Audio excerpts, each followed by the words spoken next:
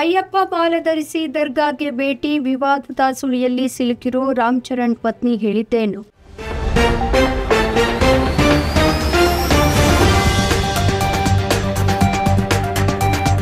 Bollywood super star Ram Charan ಸದ್ಯ social ಮೀಡಿಯಾದಲ್ಲಿ ಸಖತ್ ಸದ್ದು ಮಾಡ್ತಾ ಇದ್ದಾರೆ. ಅದಕ್ಕೆ ಕಾರಣ ಅವರು ಇತ್ತೀಚೆಗೆ ಅಯ್ಯಪ್ಪ ಮಾಲೆಯನ್ನ ಧರಿಸಿ ದರ್ಗಾಗೆ ಭೇಟಿ ಕೊಟ್ಟಿರೋದ್ರಿಂದ ಸಾಕಷ್ಟು ಟೀಕೆಗಳು ವ್ಯಕ್ತವಾಗ್ತಾ ಇದೆ. ನಟ ರಾಮ್ ಚರಣ್ ಆಧ್ಯಾತ್ಮಿಕ ಪ್ರವಾಸದಲ್ಲಿದ್ದು ಅಯ್ಯಪ್ಪ ಮಾಲೆಯನ್ನ ಧರಿಸಿದ್ದಾರೆ. ಕೆಲ ದಿನಗಳ ಹಿಂದೆ ದೇವಸ್ಥಾನ ಮತ್ತು ದರ್ಗಾವೊಂದಕ್ಕೆ ಭೇಟಿ ನೀಡಿದ್ದರು. ಶ್ರೀ ವಿಜಯದುರ್ಗಾದೇವಿ ದೇವಸ್ಥಾನದಲ್ಲಿ ಭೇಟಿ ನೀಡಿದ ಬಳಿಕ ಆಂಧ್ರಪ್ರದೇಶದ ಕಡಪದಲ್ಲಿರುವ ಅಮೀನ್ ಪೀರ್ ದರ್ಗಾಕ್ಕೆ ಭೇಟಿ ನೀಡಿ ಚಾದರನ್ನ ಅರ್ಪಿಸಿದ್ದರು ಈ ನಟ. ಇದು ಕೆಲವು ಹಿಂದೂಗಳನ್ನ ಕೆರಳಿಸಿದೆ. ಅಯ್ಯಪ್ಪನ ಮಾಲಾಧಾರಣೆಯಲ್ಲಿ ದರ್ಗಾಕ್ಕೆ ಭೇಟಿ ನೀಡುವುದು ತಪ್ಪು. ಇದು ಹಿಂದೂಗಳ ಭಾವನೆಗೆ ಧಕ್ಕೆ ತರುವಂತಹ ವಿಷಯ ಎಂದು ಸೋಷಿಯಲ್ ಮೀಡಿಯಾಗಳಲ್ಲಿ ಟೀಕಿಸ್ತಾ ಇದ್ದಾರೆ.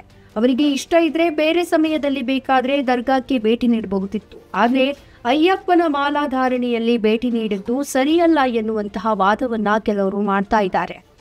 ಅಭಿಮಾನಿಗಳ ಆಕ್ರೋಶ ತೀವ್ರವಾಗ್ತಾ ಇದ್ದಂತೆ ಅವರ ಪತ್ನಿ ಉಪಾಸನಾ ಕೊಡಿಡೆಲಾ ಸರ್ವಧರ್ಮ ಸಮಾನತೆಯ ಬಗ್ಗೆ ಪೋಸ್ಟ್ ಮಾಡಿದ್ದಾರೆ. ಪತಿ ರಾಮ್ ಚರಣ್ ಪರ ನಿಂತಿರುವಂತಹ ಅವರು ತಮ್ಮ ಪತ್ನಿಯವರ ಧರ್ಮವನ್ನ ಅನುಸರಿಸುವುದರ ಜೊತೆಗೆ ಇತರ ಧರ್ಮಗಳನ್ನ ಗೌರವಿಸ್ತಾ ಇದ್ದಾರೆ ಎಂದು ಹೇಳಿದ್ದಾರೆ. ಕಡಪ ದರ್ಗಾದಲ್ಲಿ ರಾಮ್ ಚರಣ್ ಪ್ರಾರ್ಥನೆ ಮಾಡ್ತಾ ಇರುವಂತಹ ಫೋಟೋವನ್ನ ಹಂಚಿಕೊಂಡಿದ್ದ ಉಪಾಸನಾ, ನಂಬಿಕೆಯು ಒಂದುಗೂಡುತ್ತೆ, ಎಂದಿಗೂ ಕೂಡ ಇಬ್ಬಾಗವಾಗಲ್ಲ ಎಂದು ನುಡಿದಿದ್ದಾರೆ. ಭಾರತೀಯರಾಗಿ ನಾವು ದೈವಿಕತೆಯ ಎಲ್ಲಾ ಮಾರ್ಗಗಳನ್ನ ಗೌರವಿಸುತ್ತೇವೆ. ಆ ಶಕ್ತಿ ನಮ್ಮ ಏಕತೆಯಲ್ಲಿದೆ. ನಮ್ಮ ಧರ್ಮವನ್ನ ಅನುಸರಿಸುವುದರ ಜೊತೆಗೆ ಇತರ ಧರ್ಮಗಳನ್ನ ಗೌರವಿಸುತ್ತಾರೆ ಎಂದಿರುವ ಉಪಾಸನಾ ಅವರು ಒನ್ ನೇಷನ್ ಒನ್ ಸ್ಪಿರಿಟ್ ಎಂದು ಹ್ಯಾಶ್ಟ್ಯಾಗ್ ಕೊಟ್ಟು ಪೋಸ್ಟ್ ಮಾಡಿದ್ದಾರೆ. ಅಂದಹಾಗೆ ರಾಮ್ ಚರಣ್ ಅವರ ಜೊತೆ ಗಾಯಕ ಮೋಹನ್ ಚೌಹಾನ್, ಮುಂದಿನ ಚಿತ್ರದ ನಿರ್ದೇಶಕ ಬುಚ್ಚಿ ಬಾಬು ಸಾನಾ ಸೇರಿದಂತೆ ಹಲವರು ಇದ್ರು. ಆಂಧ್ರಪ್ರದೇಶದಲ್ಲಿರುವಂತಹ ಕಡಪಾಗೆ 80ನೇ ರಾಷ್ಟ್ರೀಯ ಮುಷೈಜಾ ಗಜಲ್ ಕಾರ್ಯಕ್ರಮಕ್ಕೆ ಮುಖ್ಯ ಅತಿಥಿಯಾಗಿ ಅಲ್ಲಿಗೆ ಹೋಗಿದ್ದ ಸಂದರ್ಭದಲ್ಲಿ ದರ್ಗಾಗೆ ಹೋಗಿದ್ದಾರೆ. ಸಮಾರಂಭದಲ್ಲಿ ಅಯ್ಯಪ್ಪ ಸ್ವಾಮಿ ಮಾಲೆಯನ್ನ ಹಾಕಿಕೊಂಡಿದ್ರಿಂದ ಚಪ್ಪಲಿಯನ್ನ ಧರಿಸದೆಯೇ ರಾಮ್ ಚರಣ್ ಭಾಗಿಯಾಗಿದ್ದಾರೆ. ಇದು ಪ್ರಶಂಸೆಗೆ ಪಾತ್ರವಾಗಿತ್ತು.